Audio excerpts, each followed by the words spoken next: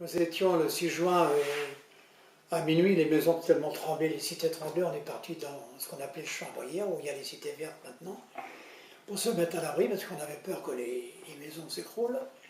Donc il y avait nous, et puis la famille Chac, on était dans un fossé, se mettre à l'abri, parce que les bombes tombaient un petit peu partout. Et puis, en levant la tête comme ça, on avait un avion qui est arrivé, et les paquets qui tombaient de l'avion, on a pensé que c'était des bombes.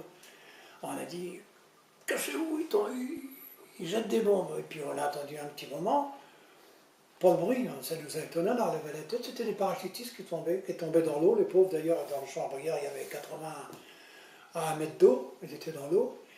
Donc on les a aidés, on les a appelés, ils étaient contents de nous voir. Et le sergent, comme je vous ai raconté, il était tellement mort, il a embrassé ma mère. Puis on les a mis dans les cités vertes qui n'étaient pas terminées, où habitait Richard. Après, c'est là qu'on les a mis. Et puis après, dans le moulin, parce qu'on avait peur, parce qu'il y avait beaucoup de gens qui venaient les voir, parce que dans Dives, tout le monde se connaissait. Hein. Et on les a mis dans le moulin, et puis après on les a emmenés dans le cottage d'Yves.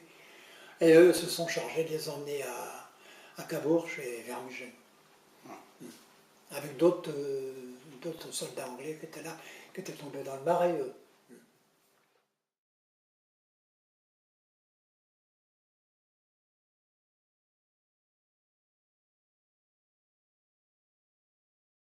On est parti bien gentiment, comme dirait l'autre, en colonie de vacances, soi-disant en colonie de vacances. À quelle époque? Au mois de mai, et puis le débarquement a eu lieu au mois de juin. Et donc, quand on est arrivé, c'est-à-dire sur place, là-bas, à Mortain et tout ça, comme je vous dis, les bombardements, c'était là d'un côté, c'était les Allemands, de l'autre côté, c'était les Américains, et c'était à tour de rôle. C'est pour ça qu'il ne restait plus rien de Mortain.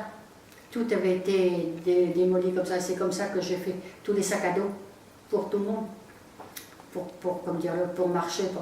Vous les avez fait avec quelle matière? Les draps.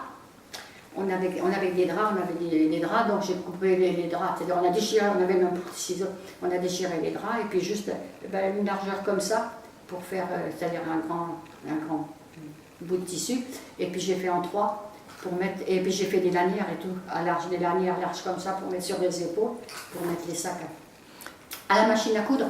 Ah non, une vieille machine à coudre, il y a une dame qui nous a prêté une vieille machine à coudre, c'était un lycée là où on était.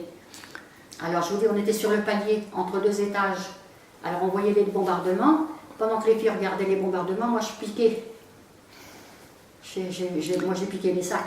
Et quand vous avez eu vos sacs, vous êtes partis Après on est parti, on a rangé nos valises. Et puis on a tout camouflé, comme on dit. Et puis quand on est revenu, on a retrouvé tout. Et vous êtes partis où à ce moment-là? Sur la route. Dans les chemins de campagne, dans les chemins comme les chemins de Bernières et tout ça, on avait des chemins comme ça, on marchait que dans les chemins comme ça pour pas que les Allemands nous prennent, parce que sinon, on était... Alors, vous savez, et puis même, la chapelaine nous avait dit, essayez de marcher par 3, 4 ou 5 ou 6, pas plus, parce que s'ils voient tout le groupe, ils vont nous arrêter. Alors donc, c'est ce qu'on faisait.